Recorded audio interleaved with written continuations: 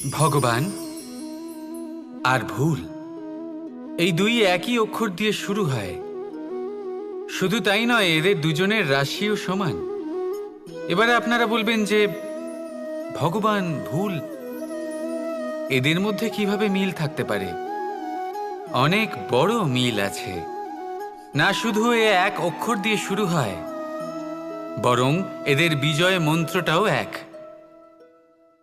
ভগবানকে মানুন, তাকে বিশ্বাস করুন, তাকে স্বীকার করুন। এটা করলে মনের দৃষ্টি থেকে ভগবানকে দেখা যায়, আর উনি আপনাকে সমৃদ্ধ করে তোলেন। ভুলের সাথেও এটাই ঘটে। নিজের ভুল স্বয়ং মেনে নিলে, স্বীকার করে নিলে, সব কিছুই স্পষ্টভাবে দেখতে পাবেন।